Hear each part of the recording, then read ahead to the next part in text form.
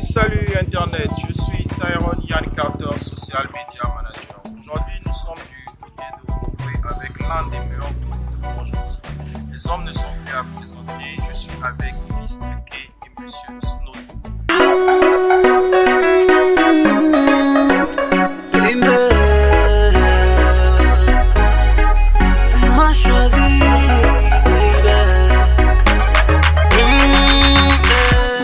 Bonjour les gars. Ouais, salut, man. Tranquille. Salut, comment allez-vous? Au calme, on est là. Bien arrivé déjà sur Ombré. Ouais. Vous êtes là pour un événement qui va se dérouler tout à l'heure. Ouais. Est-ce que vous pouvez déjà nous parler par rapport à cet événement? Bon, l'événement, proprement dit, c'est un événement qui est organisé par le maire d'Ombré. Voilà, c'est un événement qui a commencé il y a, je crois, quelques jours déjà. Il est précédé, donc aujourd'hui, c'est un concert. Mais sinon, le concert a été déjà précédé par un certain nombre de manifestations, savoir des jeux socio-culturels et tout le reste. Donc ce soir, c'est la partie concert. Il y a plein d'artistes qui ont effectué le déplacement du côté de Port-Gentil. Voilà, donc on est là pour honorer notre présence ce soir. Alors déjà, pour ceux qui vous suivent sur les réseaux sociaux, on peut constater le fait que Snowdy a effectué un déplacement du côté de Libreville. Ce que j'aimerais savoir, est-ce qu'aujourd'hui on va retrouver le groupe Kerseni sur scène ou bien on va retrouver Fils de K sur scène? Parce que Fils de K aujourd'hui sur Port-Gentil mène une carrière solo. Voilà, Snowdy aussi. Mais est-ce qu'aujourd'hui vous nous confirmez qu'on va retrouver le groupe Kerseni sur scène? Parce que c'est la première fois depuis ton retour sur Port-Gentil. C'est la première fois que vous serez sur scène aujourd'hui, ou bien tu vas juste accompagner ton confrère de longue date pour pouvoir être sur scène aujourd'hui? Bien, merci. Déjà, il faut rectifier. Ce soir, c'est pas Kerseni, c'est Fils de K qui est en show ce soir. Showcase. Bon, voilà, ce qui concerne Kerseni, on est invité du côté de Nourou. Donc, on y va demain. Ouais. Voilà, et depuis qu'on est arrivé, on a eu un showcase déjà, ce qui s'est passé du côté de Port-Gentil. Je ne sais pas s'il faut citer le snack, c'est possible. Oui, c'est du côté de Velas. Voilà, on a fait un showcase il y a de cela plus de 2 semaines déjà. Voilà, maintenant ce qui concerne Kerseni est en train de se reprendre. On a plein de projets qu'on est en train de mettre sur les rails en fait. Voilà. Déjà qu'il faut signaler, le groupe il a été formé en 2007. Ouais. 2007. Ouais. Aujourd'hui, on va dire, vous avez près de 15 ans d'expérience. Exactement. Les 15 années d'expérience, est-ce que vous pouvez essayer de nous raconter une anecdote sur un moment très difficile que vous avez eu à vivre dans ce showbiz-là? Bon, déjà, dans le showbiz, vous savez, c'est souvent pas facile. Pour les gens qui fonctionnent dans le système D, comme le groupe Kerseni a toujours fonctionné. Déjà, la preuve la plus difficile pour nous, c'était quand on a initié, on ne va pas dire initié, quand on s'est investi pour la production du premier album. Oui. L'album dénommé Moretti. On a travaillé avec une équipe, un label qu'on appelait Pripot. Et pour nous, c'était une première de commencer avec ce label. Et il y avait des gars qui nous géraient. Et il fallait que ça soit bien fait. Il fallait qu'on apprenne à travailler avec plusieurs personnes, c'est-à-dire que chacun a sa tâche. Il fallait respecter les principes de travail et puis le mode de travail. Voilà, c'était du côté, en fait, nous initier dans ce côté professionnel, artistique. C'est un peu ça qui nous a été quand même difficile. Et voilà, l'album est sorti. Un album déjà qui a toujours battu les records de nos albums parce qu'on en a sorti 2. Moretti a été très bien vendu et on n'a rien regretté. Mais on vous reconnaît comme des personnes qui sont... Vous êtes dans le franc-parler en fait. Vous allez direct droit au contact. On a l'impression que c'est une manière peut-être pour vous d'orienter les petits frères, de ne pas suivre un chemin quelconque. Est-ce que cette identité-là d'être des personnes assez strictes, assez directes, ne vous cause pas des difficultés dans ce milieu en fait? Bon, ce qu'il faut d'abord dire, c'est que la vérité n'a jamais arrangé l'unanimité. Oui. La vérité a toujours arrangé certaines personnes et dérangé d'autres. Mais pour être honnête, en fait, la vérité c'est un état d'esprit, c'est quelque chose qui brûle en vous. Et puis quand on parle de vérité, on ne parle pas forcément dans le but de frustrer les gens. On est beaucoup plus dans la valorisation d'abord de notre langue, qui est le Guissir. Après, on incite aussi à d'autres de parler le Miennin, le Fan et tout le reste. Donc en gros, c'est juste une façon d'inciter plus d'un à valoriser leur propre culture. Et puis à l'intérieur, il y a des messages qu'on développe, il y a un message qu'on véhicule aux gens. Donc cette façon de faire est plus ou moins vue comme une vérité parce qu'elle arrange, elle met tout le monde d'accord. C'est ce qu'on peut appeler la vérité. Donc c'est notre marque d'empreinte, on ne peut pas faire semblant. Voilà, quand on sait que c'est faux, on dit c'est faux. Quand on sait que c'est vrai, on dit c'est vrai, mais sans avoir l'intention de frustrer qui que ce soit. Voilà. Vous avez une fanbase qui vous suit vraiment sur les réseaux sociaux. Cela s'est manifesté déjà dû aux compétitions Les Awards du G8 qui a eu à se dérouler, d'où le groupe a été élu le meilleur groupe. Est-ce que, de votre point de vue, cela est juste une concrétisation du travail que vous avez eu à effectuer bien longtemps? Parce que sur les coulisses, il y a eu des mécontentements. Des gens ont eu à dire que vous n'avez plus le droit de vous présenter face à ce qui se passait déjà. Est-ce que vous trouvez que cela est normal ou bien c'est juste les dires de ces personnes en fait qui racontent trop de choses derrière les coulisses? Bon, le commun des mortels est libre de dire ce qu'il a envie de dire. Parce que ce n'est pas la population qui a demandé à ce que le groupe Kerseni naisse. Ce sont deux individus accompagnés d'un groupe qui ont décidé ensemble de créer un groupe et le mettre à la disposition de la population. Donc nous sommes d'une certaine façon à la merci des gens qui peuvent dire du bien de nous ou du mal de nous. Maintenant pour ce qui concerne comment on appelle ça, si on peut appeler ça des awards de production, voilà, il faut dire que le concept il est clair.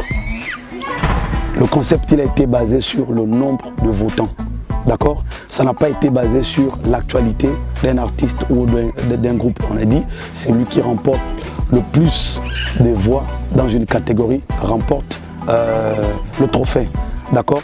Maintenant, nous ici, il est tout à fait normal que le groupe Kerseni gagne, selon moi et au nom du groupe. Ça Pourquoi? Beaucoup, ça ne peut que frustrer beaucoup parce qu'on est limité dans la façon de comprendre et d'analyser les choses. Nous sommes dans un contexte bien précis. Celui qui rapporte le plus de votants remporte le trophée. Qu'est-ce que ça veut dire? Ça veut dire que toi personnellement, pour ne pas parler de la politique, tu te considères comme un candidat qui va comment on appelle ça, susciter le suffrage des électeurs et tout le reste par rapport à ce que tu fais. Il y avait une campagne à faire, c'est-à-dire aller sur les réseaux sociaux, faire du bruit un peu de gauche à droite, inciter plus d'un à pouvoir vous accompagner. Et moi je pense à mon niveau que les gens qui sont avec nous depuis le départ ne nous ont jamais lâchés. Au contraire, ils attendent qu'on fasse quelque chose pour qu'eux aussi se manifestent et qu'ils nous rappellent que nous sommes là. Donc c'est ce qui s'est réellement passé quand nous avons participé, nous avons pris part à ce concours, si je peux l'appeler comme ça. Les gens n'ont juste fait que manifester leur reconnaissance, leur attachement au groupe Kerseni. Malheureusement pour certains qui n'ont pas gagné, c'est toujours comme ça. Après, il y a l'expérience dans tout ça. Moi, je pense que si le groupe Kerseni n'aurait pas gagné, on aurait plus ou moins relativisé et comprendre pourquoi on n'a pas gagné. Mais aujourd'hui, je suis tout à fait d'accord sur le fait qu'on ait gagné ce trophée. Parce qu'il y a quand même, comment on appelle ça, il y a tout un travail qui a été fait en amont. Nous avons saturé dans les médias, nous avons saturé sur scène, nous avons saturé partout. Les gens aujourd'hui connaissent le groupe Kerseni. C'est-à-dire s'il faut parler de l'histoire de la musique en général ou du hip-hop de Port-Gentil, on ne peut pas parler sans citer le nom de Kerseni. Donc je pense que c'est la résultante de tout ce qui s'est fait en amont qui fait en sorte que le groupe Kerseni puisse remporter cela. Mais après, les mauvaises langues, c'est au bénéfice de l'expérience. C'est comme ça. Je veux revenir sur un sujet. Snody, tu as participé à Smile Beaches. Ouais.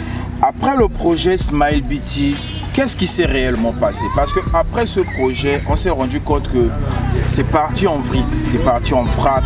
Il y a eu plein d'histoires. Snody a dit, Snody a fait, Snody... Parce que dans ce projet, on s'est rendu compte que après le projet, les artistes se sont pris la tête. Tout le monde était en guerre avec tout le monde. Toi qui étais réellement dans ce projet, est-ce que tu peux nous raconter réellement ce qui s'est passé sur ce projet qui a poussé les gens à aller de gauche à droite et à avoir autant de versions sur ce projet-là? Bon, déjà, ça tombe bien comme c'est une émission, je vais parler de ça. On ne m'appelle plus Snody désormais, je m'appelle Munombi. Munombi qui veut dire le noir. Vous savez, en matière de projet, il y a l'initiateur d'un projet et celui qui pilote le projet. Tout projet dépend de la vision de celui qui conçoit. On est d'accord? Franchement parlant, je vais vous dire que je ne sais même pas ce qui s'est passé parce que moi, j'ai répondu présent à l'appel d'un petit frère qui est Warren Jazz, qui fait des bonnes choses, qui entreprend des belles choses dans le côté showbiz, on va dire. Qui a un studio, voilà, un label, il fait des collaborations avec des artistes. Il m'a fait intervenir dans ce concept et moi, il m'avait demandé si ça me plairait de venir poser. Et il voudrait bien que je pose en langue, comme j'essaie si bien de le faire. J'ai accepté, je suis arrivé. C'est-à-dire que ce projet, normalement, devrait avoir un clip. Ça a été fait par lui-même. Et après le clip, je pense que, si je ne me trompe pas, c'est quelque chose qui devait sortir dans un concept assez particulier par rapport à tous les projets qui devaient ensembler en fait. Voilà, et après faire comme tout le monde, hein, exposer aux yeux du bon monde et puis que les gens pensent si c'est bien ou pas bien et ceux qui consomment peuvent consommer, ceux qui ne consomment pas ne consomment pas. C'est juste que là, moi je peux m'arrêter parce que c'est cette phase-là que je maîtrise. Et j'ai toujours attendu, dommage qu'il n'y a pas eu de suite. Déjà tout à l'heure, tout de suite j'ai écouté Snody a fait ceci, Snody a fait cela. Ça m'étonne parce que moi je ne parle pas derrière. Quand un truc me monte à la tête, je parle direct. Et diaboliser mon concept qui devient changeant par rapport à mon comportement, c'est autre chose. Et ça c'est pas Snody, je n'ai jamais rien dit. Et si j'ai dit quelque chose, que quelqu'un dise le contraire. Et vos rapports avec Libicris aujourd'hui, est-ce que Libicris est toujours ce partenaire de travail avec qui vous avez eu des grosses collaborations à l'époque ou aujourd'hui vous êtes sous la tutelle d'une autre structure? Je vais les répondre. Vous savez, le groupe Kiarseni, qu'on le veuille ou pas, on est quand même des classiques ici à Port-Gentil. Et par rapport à ça, par rapport à l'âge, exige même qu'on change notre manière de travailler. Avec le temps aussi, c'est la même chose. Le temps nous exige ça. On ne va plus être comme des enfantins, bon, comme des débutants, on va dire. Kiarseni a une charge qui est assez lourde. Déjà, il faut avoir un dos assez costaud pour supporter la charge. Libicris, c'est quelqu'un qui a du talent, qui a travaillé avec nous. On a fait des belles choses. Déjà, la réalisation du clip Sexy Lady, c'est qui a son appui et l'investissement aussi. Avec un grand réalisateur. Voilà, et une collaboration avec Fabas, qui est un réalisateur qu'on va plus présenter au Gabon. On est arrivé jusqu'à un certain niveau avec Libicris. On a senti que ça pataugeait.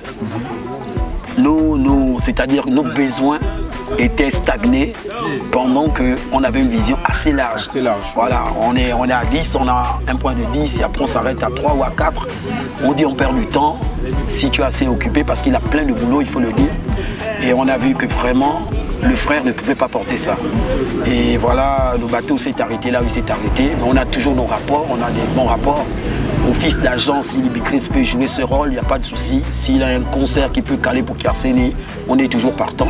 Mais dire que spécifiquement concernant le management du groupe, il faut dire les choses claires et vraies, on ne travaille plus comme ça. Voilà, ça a changé complètement. Vous avez dit tout à l'heure que vous avez voulu atteindre un certain niveau, un certain graal, monter de 7, 8. Est-ce qu'aujourd'hui on peut dire que le fait que vous ne travaillez plus avec Libicris, vous avez atteint ce stade-là en fait? Est-ce que le fait que, par exemple avec Libicris, comme tu as bien pu le dire, on était peut-être à 3 ou 4. Ouais. Est-ce qu'aujourd'hui on peut dire que le groupe Kiarseni essaie d'aller vers ses objectifs, atteint les 6 ou les 7? Parce qu'avec Libicris, on a très bien vu des gros clips, comme Sexy Lady. Ouais. Mais après Libicris, c'est quoi le projet en fait? C'est quoi la suite en fait? Déjà la suite, c'est que lorsque vous êtes un groupe que tout le monde attend, parce que nous, sans vous mentir, il y a trop d'attentes pour nous. Ou on va dire envers nous. La suite, c'était que quand on fait un gros clip comme ça, nous sommes à Port-Gentil. capitale économique. Nous sommes dans une province qu'on appelle le Goué maritime. Pour un groupe comme Kiarseni, il est interdit de faire des projets qui ne concernent que le Goué maritime. Oui. On est d'accord? Désormais, il faut travailler, faire des projets qui concernent le Gabon ou la sous-région. On est d'accord? Mais maintenant, si on patauge, on constate que ce projet concerne maintenant plus le Goué maritime ou la ville de Port-Gentil, ça n'arrange plus Kiarseni. Parce que Kiarseni regarde l'horizon, le large. On ne regarde plus, on ne regarde pas nos orteils, c'est trop près.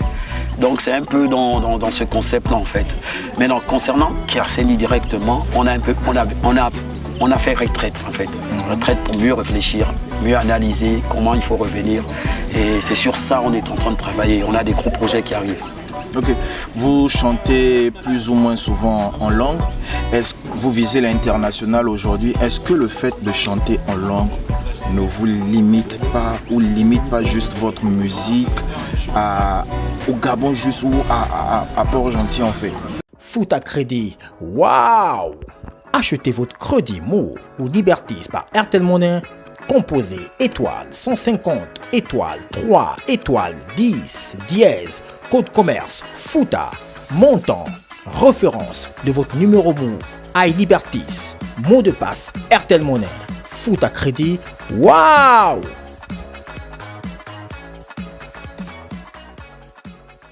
Je ne pense pas. La musique, c'est d'abord une œuvre de l'esprit. D'accord? La musique en elle-même est un agencement de plusieurs instruments, voilà, et qui donne un son agréable à l'oreille de l'auditeur ou de celui qui écoute. Voilà. Donc personnellement, quand vous n'avez pas foi en ce que vous faites, on peut penser tout de suite qu'il y a de limite, parce que vous-même déjà personnellement vous êtes la limite. Pour ce qui est de Kiarseni, on a ce qu'on appelle la technique. Oui. Voilà. Il y a la technique dans la musique. En un seul mot, vous pouvez transmettre beaucoup de choses. Et c'est ça le secret que je donne à la population, c'est le secret du groupe Kiarseni. On a cette capacité de mettre des gens d'accord sur ce que nous faisons. Après, on sait d'où on vient. Il y a une musique typiquement du terroir, il y a une musique qui traverse les horizons. Après, il y a un côté qu'on a toujours fait, mais qu'on n'a jamais su que c'est ce que nous sommes en train de faire, ou du moins on ne connaissait pas l'appellation. Il y a un problème, tout le monde souffre, les artistes souffrent de ça, la direction artistique. Voilà, on souffre de ce mal-être. La direction artistique, c'est une science qui vise à mettre en place la réalisation ou l'effectivité d'un projet sur le court terme ou le long terme. C'est-à-dire qu'après une vidéo, on sait ce qu'on doit faire. Mais le plus souvent, c'est pas ce qu'on fait. Le plus souvent, on enregistre, on fait des posters, donc je sais pas, des teasers, on balance sur les réseaux sociaux et après, la suite, on ne sait plus. La direction artistique, elle est là pour mettre en place une chronologie qui vise à mener sur le court terme ou le long terme un travail qui est développé. D'accord? Donc pour nous aujourd'hui, on n'a pas peur, du moins on a confiance à ce que nous faisons. Voilà, il suffit seulement de s'asseoir, mon frangin et moi, on se concerte sur ce qui a été fait, sur ce qui s'est fait en ce moment, la symbiose qu'il faut créer et puis donner une sauce que tout le monde va apprécier, quoi. Je veux revenir sur un sujet à polémique. En tant que grand frère du showbiz, tu as eu à voir l'actualité qui a eu à faire, qui a vraiment vagué sur les réseaux sociaux par rapport aux DJ et aux artistes. Et je pense que tu as eu vraiment ton mot d'ordre à dire par rapport à ça. Et je sais que tout au fond de moi, l'occasion de pouvoir parler de ce tohu-bohu qu'il y a eu entre les DJ et les artistes. Est-ce que tu trouves que ce sont les artistes qui ont un peu exagéré par rapport à cela, ou ce sont les DJ qui ont pris aussi une certaine grosse tête vis-à-vis des artistes en fait? Sur quoi, le côté jouer les musiques des artistes? Jouer les musiques des artistes. Je vais en venir. La lèche, je voulais revenir d'abord sur le point de la langue. Excusez-moi, la langue. Vous savez, c'est la production qui impose la consommation de chaque produit. D'accord. Vous voyez un peu? Ça veut dire que lorsque la production est bonne, lorsque l'œuvre est belle, on achète, on consomme, on ne cherche pas à savoir si c'est une langue connue ou pas. Le Coréen ou Panga Mastra, il a montré un single planétaire vendu Qui comprend coréen au Gabon? Personne. Le Congo est un pays qui a toujours su démontrer ça, la force de la production. Parce que le problème, c'est pas la langue. Lorsque tu fais quelque chose en langue qui se limite dans ton quartier ou dans ta chambre, là c'est le problème. Hein, on comprend. Mais quand tu fais quelque chose qui est bien présenté aux yeux du bon monde, avec les artifices qu'il faut, on est obligé d'accepter et consommer. C'est ce que j'allais dire. C'est comme un morceau que tu n'aimes pas, qui passe dans nos chaînes qu'on connaît, câblées. Tu n'aimes pas ce son, mais tant que ça passe tout le temps, c'est matraqué, tu vas finir par accepter ce son. On t'impose d'accepter ce que tu n'aimes pas au début et à la fin, on finit par aimer. Voilà pourquoi on dit c'est la fin qui couronne l'œuvre. Donc il va aussi à dire que si les DJ jouent impérativement... Non, je ne parlais pas des DJ, ça c'était sur la langue. Mais non, concernant les DJ, honnêtement parlant, les DJ, il y a trop de DJ à Port-Gentil qui souffrent d'une pathologie qu'on appelle le complexe. Est-ce que tu vois, le complexe, ça tue l'âme et l'esprit. Il faut être fier de ce que tu es. Être fier de ce que tu es, c'est quand Kiarseni en concert à Libreville dit « Je représente Port-Gentil ». C'est ça, être fier de ce que tu es. Être fier de ce que tu es, c'est accepter ce que tu as et essayer de voir comment tu peux vendre ou proposer ce que tu as. Mais être fier, c'est pas de dire que ça, c'est pas mieux que celui qui est là-bas, je ne peux pas vendre ça. Non, c'est lui qui a proposé, qui vient d'ailleurs, il propose quelque chose. Ça ne veut pas dire qu'elle est bonne, la chose qu'on te propose. C'est à toi d'analyser et comprendre si elle est bonne ou pas. Mais si tu fais, parce que ça vient de l'autre côté, tu ne cherches pas à savoir si c'est du bon produit, ça, c'est pas la peine. Parce que le DJ est là pour mettre tout genre de musique. Il ne doit pas être en fait limité en fait à la base. Et ici je vois que les DJ font exprès dans Port-Gentil, ils font exprès. Ils viennent te dire ouais ton morceau, le BPM, c'est pas comme celui de tel, mais quand on va dans des clubs, franchement le cerveau va péter quoi. Les mecs ils t'accélèrent les BPM comme ils veulent. Parfois on ne sait plus si c'est un chinois qui pose dans une musique, je ne sais pas en pounou ou quoi, on ne sait pas. C'est toute une cacophonie totale. Et un DJ ne va pas me dire que non, c'est un problème de BPM. Parce que si on dit BPM, c'est qu'on peut le ralentir, on peut l'accélérer. On est d'accord. Je voulais rebondir par rapport à ce qu'il disait sur les DJ. Dans tout ce qu'on fait, il y a la critique et la concession. Lui, il a fait la critique. Moi, je veux faire une petite concession. Nous, le groupe Kiarseni, quand on a commencé, je ne sais pas si je peux appeler ça la grâce. C'est-à-dire qu'à cette époque-là, les gens étaient vraiment focalisés sur la musique gabonaise en général. Et nous, quand nous sommes sortis, nous avons eu ce privilège, cette grâce-là, d'être joué par tout le monde. Les DJ de l'époque jouaient quasi, en fait, en plein temps, les musiques du groupe Kiarseni.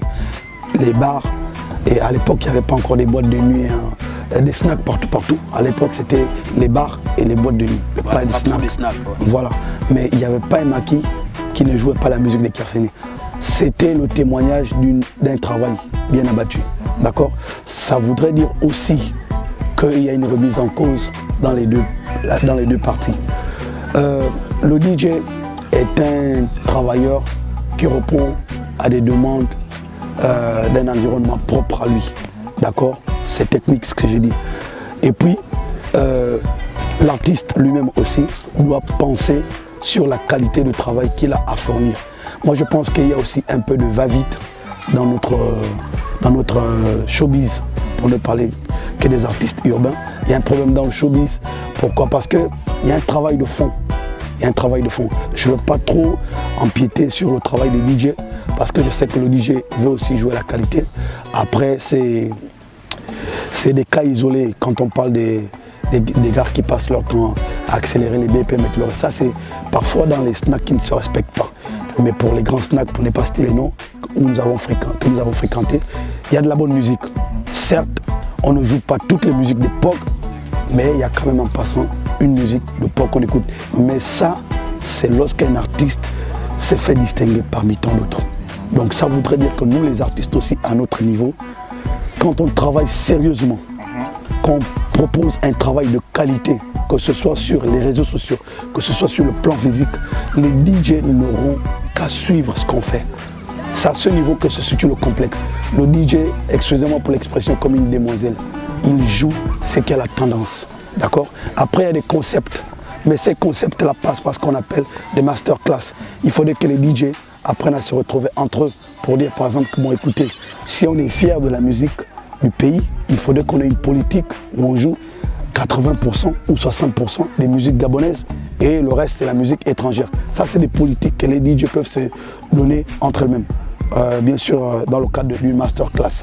Nous aussi les artistes on peut se retrouver entre nous et se concerter pour dire que les gars, essayons de produire aussi des musiques bien mixées, bien masterisées, des vidéos bien réalisées et avec une bonne direction artistique parce que la musique en elle-même c'est pas du showbiz.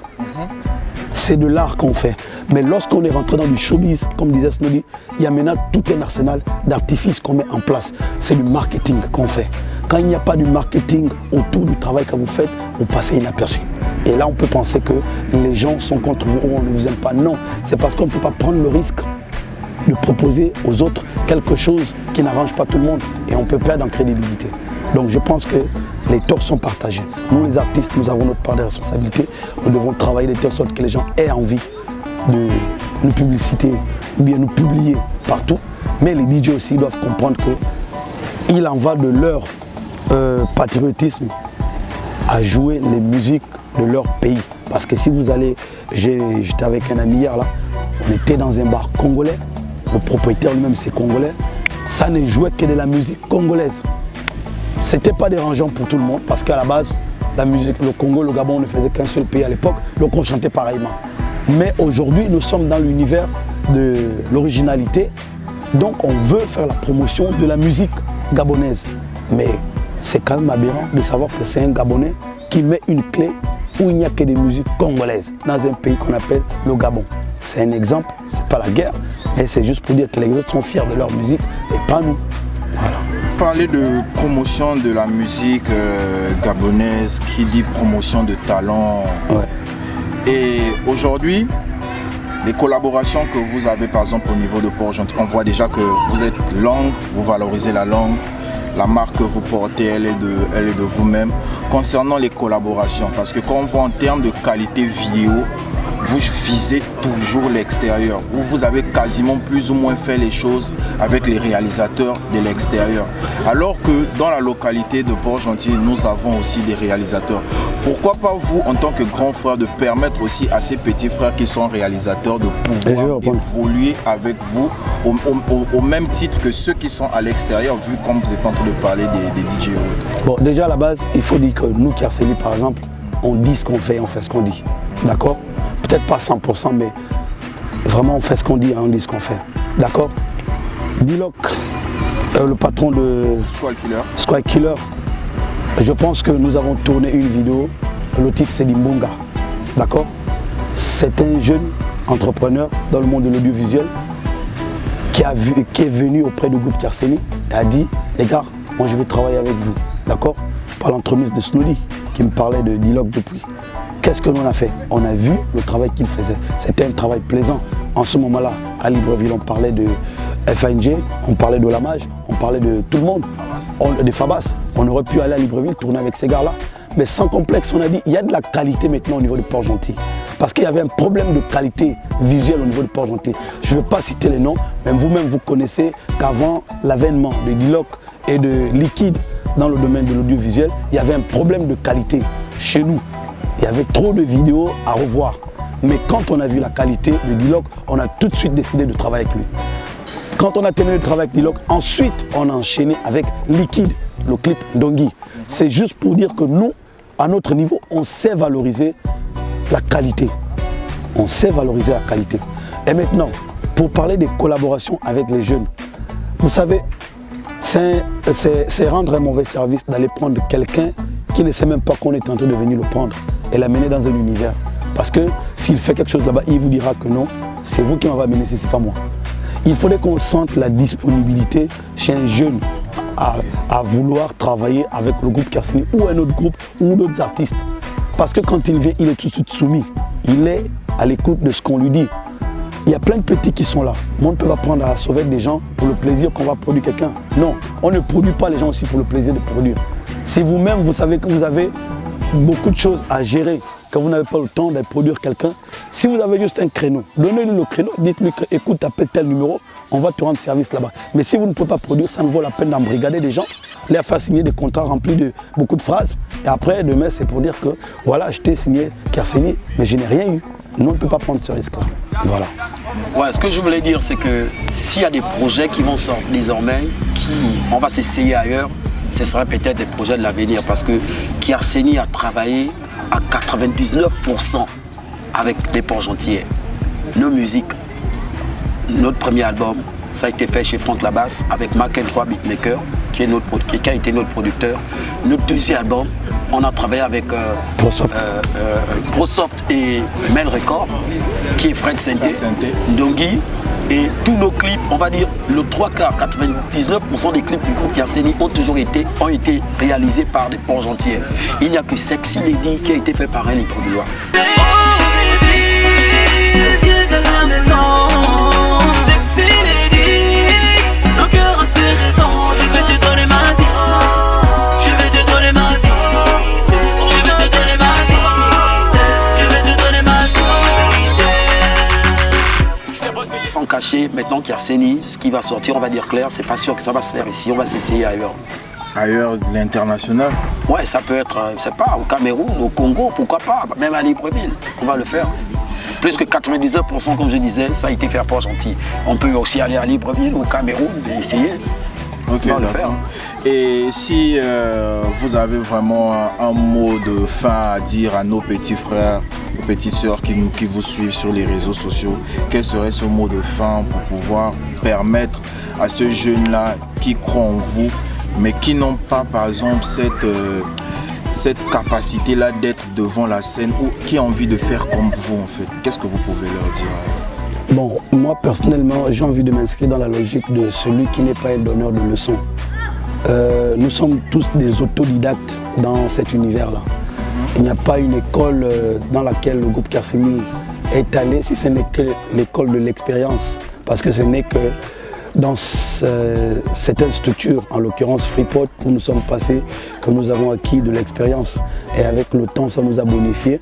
Aujourd'hui, on peut parler avec connaissance de quelque chose parce qu'on a plus ou moins à 80% la maîtrise de ce que nous faisons. D'accord? Maintenant, le monde est en pleine mutation.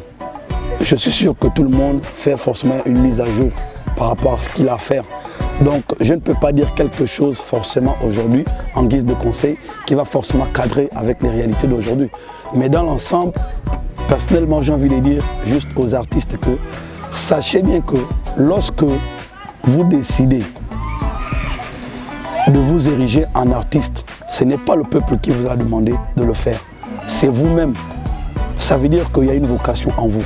Mais sachez bien que ce ne sont pas des animaux ou bien des crevards qui sont là, chez qui vous allez aller vendre de la merde. C'est-à-dire, faites un bon travail de qualité pour que ça témoigne du respect que vous avez des mélomanes. Mais lorsque vous vous en foutez, vous faites les choses comme vous voulez et vous balancez ça aux gens sur les réseaux sociaux. Ça veut dire que vous avez un manque de respect pour votre personnalité artistique, vous avez un manque de respect du marché de l'industrie audiovisuelle, vous avez un manque de respect vis-à-vis de la population que vous sollicitez pour la consommation de votre musique. Donc, prenez soin de ce que vous faites. Ne soyons pas pressés parce que le buzz. Il y a le feu de paille qui existe. Le feu de paille, c'est une musique du moment. Ça ne reste pas dans les cœurs des gens. Aujourd'hui, si on continue à parler de Bob Marley, de Tupac, d'Akendenge, d'Oliver Ngoma et tout le reste, c'est parce qu'ils ont fait des œuvres de l'esprit, pas les œuvres de la chair. Ils ont fait les œuvres de l'esprit. Donc nous, Kerseni, on s'inscrit dans cette logique-là de sortir des œuvres qui restent dans les cœurs des gens à tout jamais. Peut-être même à 10 générations, on parlera de nous parce qu'on a toujours pris soin de ce que nous faisons. Et moi, pour mot de fin, c'est juste ça, que la jeunesse ne soit pas trop pressée, ne soit pas trop arrogante. Je ne dis pas que j'ai été face à un jeune arrogant, mais c'est ce que j'entends. Et puis, sur le marché, il n'y a plus quelque chose de conséquent. Tout le monde, c'est du vap, comme on dit souvent dans les termes bangado. Tout de suite, quelqu'un saute une chanson. Après, demain, quelqu'un qui... On ne sait pas, voilà, génération TikTok, on ne sait pas où ça va. Mais nous, on n'est pas de cette façon de faire là. Nous, on prend soin de ce qu'on fait. Quand on sort, vous avez la capacité de nous voir sortir. Vous savez où on va, vous nous voyez comment on part et vous savez à quel niveau on s'est arrêté. C'est pourquoi les gens viennent parfois vers nous pour nous dire à quel niveau. Et moi, pour mot de fin, c'est ce que j'avais à dire. Tu nous dis ton mot de fin. Ben, mon mot de fin, c'est juste dire à la jeunesse, ceux-là qui s'investissent dans ce domaine, que le buzz, c'est une maladie.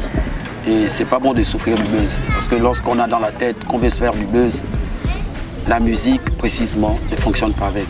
Je dis aux jeunes, prenez du temps de mûrir vos projets. Ne soyez pas pressés. C'est-à-dire, ce monde est vraiment englouti de plusieurs facettes ou de plusieurs tourbillons. C'est-à-dire, la musique, c'est l'œuvre de l'esprit. Alors, quand on parle de l'esprit, il faut beaucoup de sagesse pour réaliser des bonnes choses. La preuve, le groupe Kiarseni, c'est rare de voir ça. Nous, on a fait presque 10 ans, on a presté avec un seul album et les gens ont toujours accepté. Pourquoi? Parce qu'on avait pris du temps et ça a été bien fait. Et ça, vraiment, on remercie le Seigneur.